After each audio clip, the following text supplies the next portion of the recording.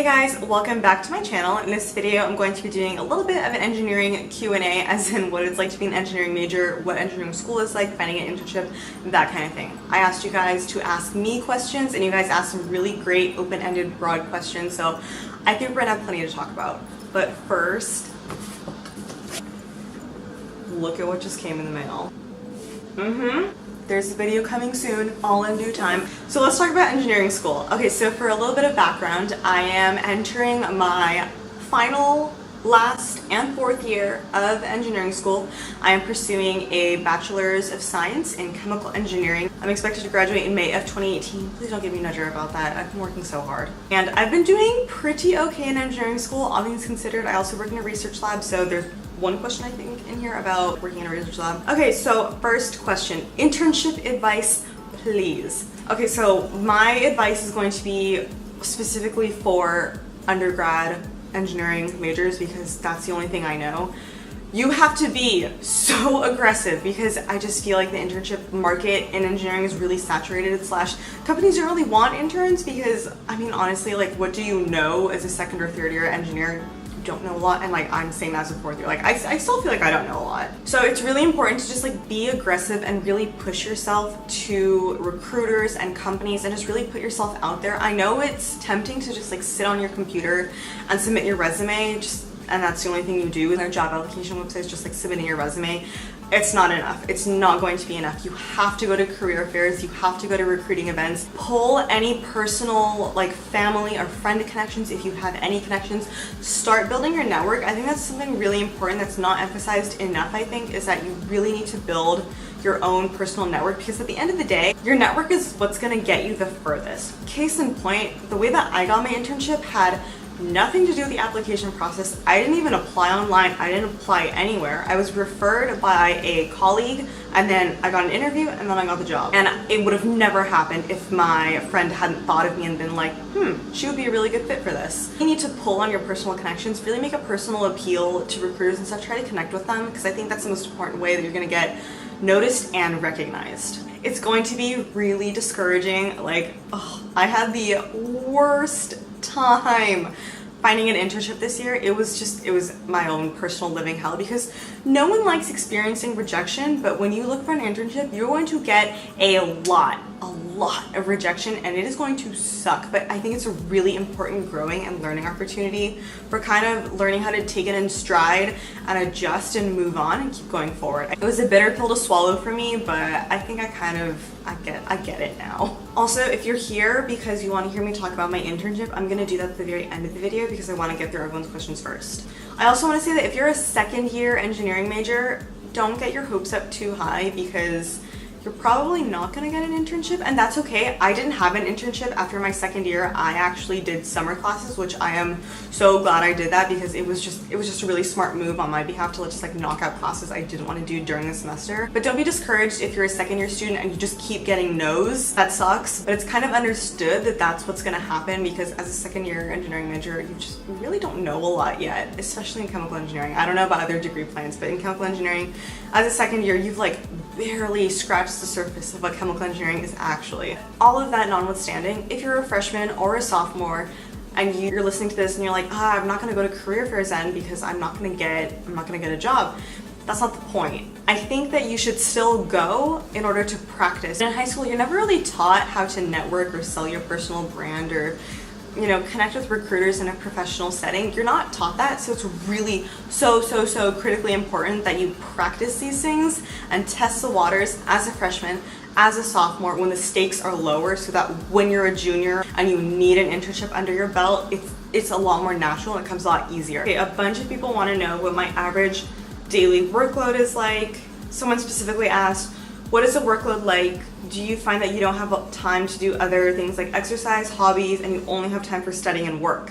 No, not at all. I mean, I'm here on YouTube, am I not? I absolutely think that it is very much trial and error on how you figure out how to balance school and your hobbies and personal life, but it can absolutely be done. I think I have finally mastered it after 3 years. So in my experience, there really isn't an average daily workload because it really just changes according to the week because some weeks you have exams, some weeks you have lab reports due. It really changes. So they're kind of like three types, I guess, of like varying severity. The first type is where it's like maybe it's like the beginning of school or you've just finished a hell week, and so I would say then it's usually only homework assignments and also prepping for lab experiments if you're taking labs. And so I would say that is about maybe 3 to 4 hours a day, not including class. And usually for my schedule at least, I take between 12 and 15 hours every semester because I came in with a lot of AP credits and then I also did summer classes last summer. So that really helped my workload. But yeah, I take usually 12 to 15 hours a semester, and then in addition to the class hours, which is normally like 3 something hours a day, I'll have 3 to 4 hours of homework and working on stuff and like prepping for labs on top of that. So I think that's really manageable. Then there's the type, which is kind of where things are like ramping up. Maybe you have 2 weeks until an exam, or maybe you have a lab report that's approaching a due date in a week. In that case, I would say the workload jumps up to maybe 6 hours a day. That sounds like a lot, but I just feel like it's 6 hours. Does that seem like too much? And so in that case, it's a lot of studying. Like homework is one thing where you're like working through problems for the first time, which can actually be extremely time consuming because I'm also including time that I'm spending with professors and TAs and friends and tutors to try and work through stuff. And so this is definitely not like 6 hours of like alone studying. No. Engineering is very much a collaborative major. So anyway, that's like 6 hours, including going to office hours, talking to tutors, talking to your friends, doing your study group thing, which of course you spend so much time just messing around. And then that's also just like sitting down and like actually writing a lab report. So I would say 6 hours is like when it's like ramping up. Of course, it just really depends on your workload every week or every day, because like your professor could totally spring a random homework assignment on you and be like, hey, this is due at midnight tomorrow, and you're like, thanks. And then finally, the worst category is where it is most severe, and that is definitely like the week of an exam, the week you have a project due, that kind of thing.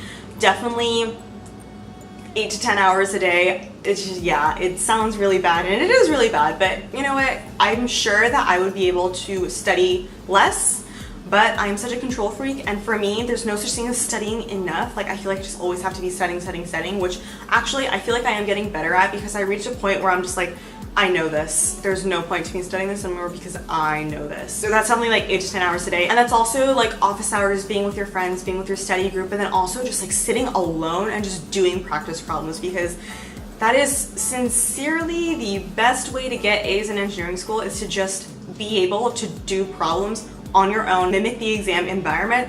That is the #1 best way to do well in engineering school, is to constantly practice and drill yourself and mimic an exam environment to see how you'll do. When I'm in the like category 3, I feel like I'm talking about hurricanes. When I'm in that like category 3 most severe workload mode, I definitely kind of drop off on the workouts. I drop off on hanging out with people. I do not stop self-care. I think that's really important to say, that I don't stop scheduling self-care into my day. Just my own poor time management skills that enable me to be like, I don't have time to work out, because I probably do have time to work out if I just scheduled my time a little bit better. Someone asked, any advice for figuring out what to do once you graduate? I think I'm the wrong person to be asking this question, only because I am in the exact same boat. I know I talk a lot of talk, but I sincerely don't know 100% what I want to do once I graduate. I think there are a lot of things that come into play, and we'll see in the next 6 months what happens, but there's just a lot of things I'm kind of juggling right now and kind of flirting with in my mind. But I do have faith that it's all gonna fall into place.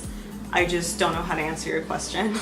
Although, I will say, I think it is important to figure out what you absolutely do not want to do. Like, for example, I for sure know I don't want to go to law school, so that is one thing I don't have to worry about. Someone asked, what's the research world like? What's the research world like? I mean, I've only worked as an undergraduate research assistant for 2 years now. What's the research world like? I mean, it's really exciting. It really excites me personally. I love research, but I feel like it could be not for everyone, because it does tend to be very detail-oriented, solitary work, and also sometimes very slow, frustrating work. And so if you're not a patient person, if you don't like working alone, it maybe might not be a good fit for you, but I think it's a really good idea to at least try it. Like, if your school has some sort of like mentorship program with PhD students, you should try that maybe and talk to them, or maybe work in a lab. I have loved my time working in my research lab. I have a fantastic graduate student mentor. He and I get along really well, and what I really like about his style of teaching or like mentorship is that he actually makes my work meaningful. He just doesn't have me like be elaborate. I actually get to design experiments sometimes. I get to call the shots sometimes. So I really appreciate that degree of independence in the lab because it's really important for me building confidence and also just kind of developing my skills as a researcher. I personally really enjoy research. I don't know if that's what I want my career to be, but it's definitely an option for me. Someone asked, when did your passion for chemistry begin? Has anyone influenced you? If so, why?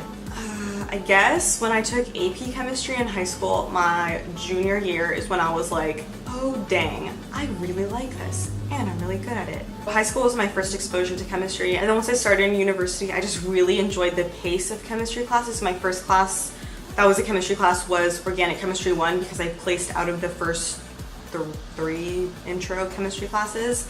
So my first class was OChem 1 and I think I loved it. It was such a long time ago, but I think I loved it and I did get an A in it. So I loved how fast paced it was because I'm a person who gets bored if we move too slowly. I loved how just everything makes sense in chemistry. I guess my brain is just wired that way. But I have to say with like every chemistry class that I took, my love for chemistry just kind of increased, with the exception of Organic Chemistry 2, only because I had a really bad professor, but just notwithstanding that. I have to say my absolute favorite chemistry class, hands down, has been Physical Chemistry 2, which is also Quantum Chemistry. Oh my god! Literally, I freaking love quantum mechanics and quantum chemistry so much. It is so interesting to me. I actually did really well in that class, and it was one of those classes where you wake up in the morning and you are excited to go to class, and when you go to class, you like cling onto the professor's every word.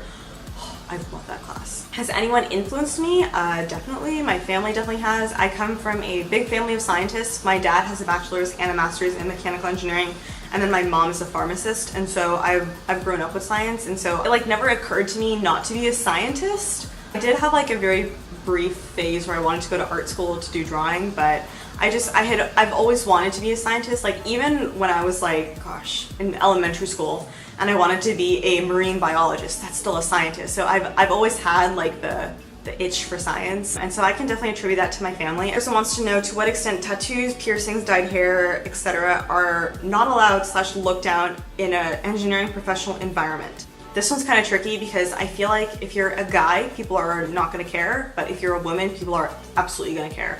Unfortunately, in engineering, women are so heavily scrutinized for our appearances. If it's like a startup company that's like hot and new, maybe they'll be okay with it, but if it's like an established company or like a consulting company where it's really important to like look professional, I think it's going to be really frowned upon. So I think err on the side of caution. Once you're very established in your field and your credentials speak for themselves, you can be a little more avant-garde and a little bit more outgoing with your physical appearance, but as someone who has like freshly graduated, you need to have every single good grace you can manage, so I would not recommend it. Someone asked, are there many opportunities while still in school to gain work experience and become more comfortable with an actual engineering work environment? Yes, oops, I just hit my DECIEM box. Yes, that is the whole point of internships. My internship is not in engineering, but I do have a lot of friends that are working in engineering right now. They say that it's a great way to see really what truly it is like to be an engineer and work in an engineering environment. So yes, the point of that is internships. Oh, this is such a... things to worry about / not worry about your first year. I wish I could tell all these things to my past self. Okay, things to worry about. You need to care about your grades.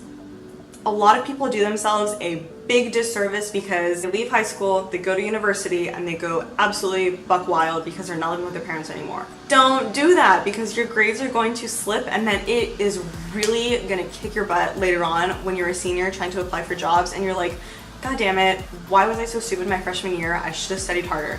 Those freshman classes are actually pretty difficult, I'm not gonna lie. And they're difficult not because of the content, but because most of them are huge lecture style classes where you are in the room with like 400 other people. At my school at least. I go to a huge school. And the professor probably doesn't really care about what he's teaching. So it can be really easy to skip class, not do the homework, not really study because you're just like, oh, it's just intro chemistry. And then the test whoops your ass. Really aim to get a 4.0 your freshman year because later on, as your classes get harder, it's going to be impossible to have a 4.0. So you should definitely use like the cushion of your freshman year to carry you throughout the rest of your 4 years. And if you start bad, it just kind of sets a tone for the rest of your 4 years. So just worry about your grades. You shouldn't worry about this, but you should make an active effort to go to class, to speak up in class, and to have your professors and TAs know who you are, because those are connections that are extremely invaluable. And I cannot tell you how many times a TA has like come to my rescue basically because I don't understand something like the night before a test, and I email them, and normally they would ignore me, but because they see it's my name and I always show up to office hours, I'm always asking questions during recitation, they answer my email and I nail on a test. It is super, super important to get to know your TAs and to establish a personal connection there, because they're great resources. They have so much experience under their belts because most of them are PhD students, and so they've done their bachelor's already, usually in engineering. And so it's really good to get to know them. And then also your professors are a great resource because they are extremely talented, intelligent people, and I feel like there's so much to learn from them. They can be kind of intimidating, but I think you'll find that a lot of professors are very down to earth and love talking about themselves. And so if you just go to office hours, maybe not the first office hours because those are going to be super crowded, maybe the second or the third one where people have kind of, you know, been like, okay, I showed my face, now I don't have to go anymore.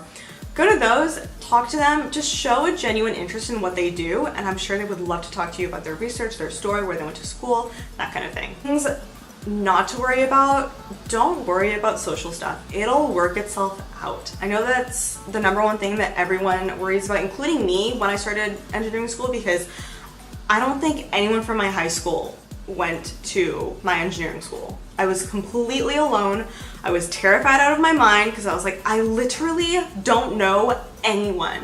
And there were so many people in engineering school, in chemical engineering specifically, who entered the school with a crowd of best friends from high school. And so I felt really alone, but it totally worked itself out. And I regret wasting so much time stressing about being like, oh, I'm not gonna make friends, I need study buddies. It absolutely worked itself out. I think that is the great thing about having such a hard major, is that it really truly forces you to work with other people and to make friends. So I am so grateful that engineering is just such a hard major that it forces you to become really close with other people. And I have met actually all of my best friends through my major.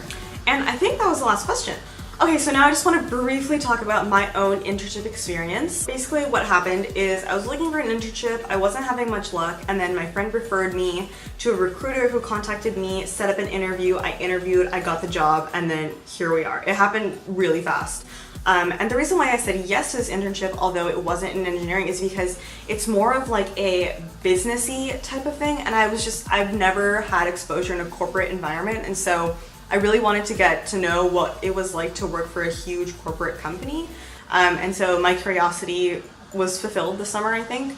And so specifically my role right now is I work under a project manager, a project director, and so she's my manager. And so what I do a lot of is I kind of do a lot of random odds and ends here and there about a ton of different projects. So I have like a ton of different projects that I'm kind of monitoring a lot, and so I participate in conference calls. I have to be updating spreadsheets all the time. I have to be updating like presentations, and I have to compile information, and basically my job is a lot of random things. It does help to be an engineer because I know Excel really well thanks to being an engineering major, and so that has definitely helped me because in this IT kind of job that I have, I'll be given an Excel sheet that has like literally 5,000 rows, and it's my job to pull the relevant information out and make a table and make it look pretty and be able to talk about it. So I definitely feel like the analytical skills that I've learned in engineering school definitely have helped me.